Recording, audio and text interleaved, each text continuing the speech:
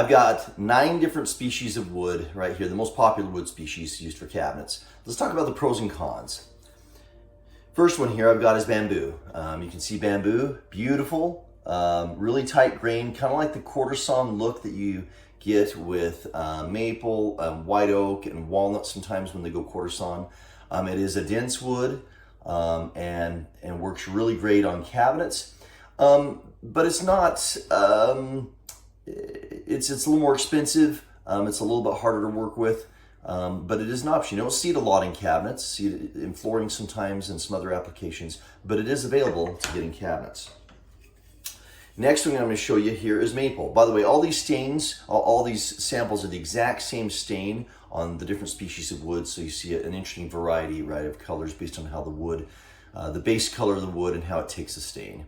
So this is maple. Maple, of course, is a dense wood. It's very smooth grain, and it's a hardwood. You can get, there's multiple different types of maple. The one challenge with maple, it doesn't often take stain really well. It doesn't soak into the wood as much, so they have to use other techniques to get the stain to show on the wood and give the look that you're looking for. But anyway, maple's a great one, and it's heavily used, great to paint on because it's so smooth. Okay. Next one is red oak. Red oak, a heavy texture grain, very popular for cabinets, especially in the say 60s, 70s, 80s. It is actually making a resurgence. It's kind of a nice wood when you paint it if you want to get a little bit of a texture on a paint look. For the people who kind of like that rustic feel of a paint. It is a softer wood than the maple, but it is a hard wood for cabinetry. It just, with the grainage, where your grain is strong, that's where the stain will take more, unless of course they put some sort of coat on the wood before they put the stain on, like what they have to do with maple and so forth. Next one here is white oak, quartersawn white oak. Quartersawn white oak. White oak is a great wood. It is harder than the red oak, denser. They use it for ships of Navy or Marine decks because it doesn't get mildew on it. So it's kind of nice for that. It's a really bland or subtle looking wood. And so oftentimes people who use that are wanting to find something else to give some sort of interest as far as color. Walnut, really beautiful wood, nice movement and grainage, has a little bit of a feel of a red oak. It's a denser wood and harder, but it's also less available, so it's a more expensive wood. You're going to get some golds and blonde streaks and deep browns in it. But great wood for cabinets. It is just on the higher scale of pricing. Next one we've got here is red birch. You don't see a lot of red birch used in cabinets, though it's a great wood for that. Red birch is a more expensive wood. Most of it, I believe, is harvested in the U.S.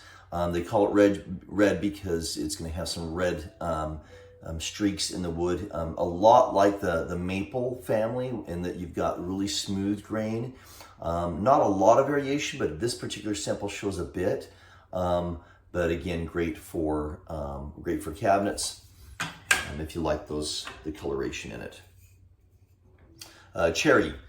Cherry, by the way, when I first started in cabinets about 30 years ago, cherry was very strong at that point as one of the alternates to, say, white. In other words, when you look at the most popular cabinets, colors, would be white, or at that time there was a lot of oak being done, hickory, which we'll talk about in a second. But cherry was very much in that family of colors or wood species that were being used regularly in cabinetry. Cherry does have some unique characteristics about it, and this particular sample does not show any blonde streaks, but cherry will get almost like wormholes, really dark wormholes in it, but it'll also get some pretty significant blonde streaks that go through it.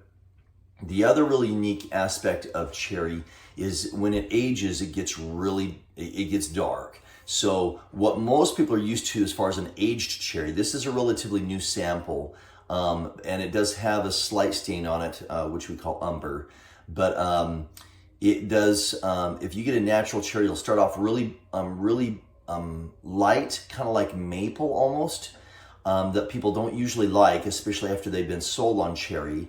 But then they'll get cherry, it'll age with exposure to light, and it'll get darker, and then it'll become the color that they wanted. So I always recommend to choose a cherry off of an aged sample. I may talk more about cherry in its own segment later, but it's a beautiful wood. It is a little bit softer of the hardwoods. It's not as soft as alder or pine, but it is softer than maple, oak, hickory, etc. Okay, really smooth grain. Some people have painted over cherry, even though it's a little bit more expensive than you know, the woods that you want to paint on. But it is gorgeous with a lot of movement to it, and really rich. So, all right, next one is alder. Now, alder is a very popular wood for cabinets, and the reason why is because alder takes stain nicely. And it actually has a really similar look, again, as you see there, as like maple as far as the grainage. To me, it's like a mix between a maple and a white oak, where you see some of these streaks in the wood and the type. But it is softer, and it is a lighter as far as the density and the hardness and how well it holds up. So just be aware of that. It is hickory, and hickory, it does have a stronger texture to it.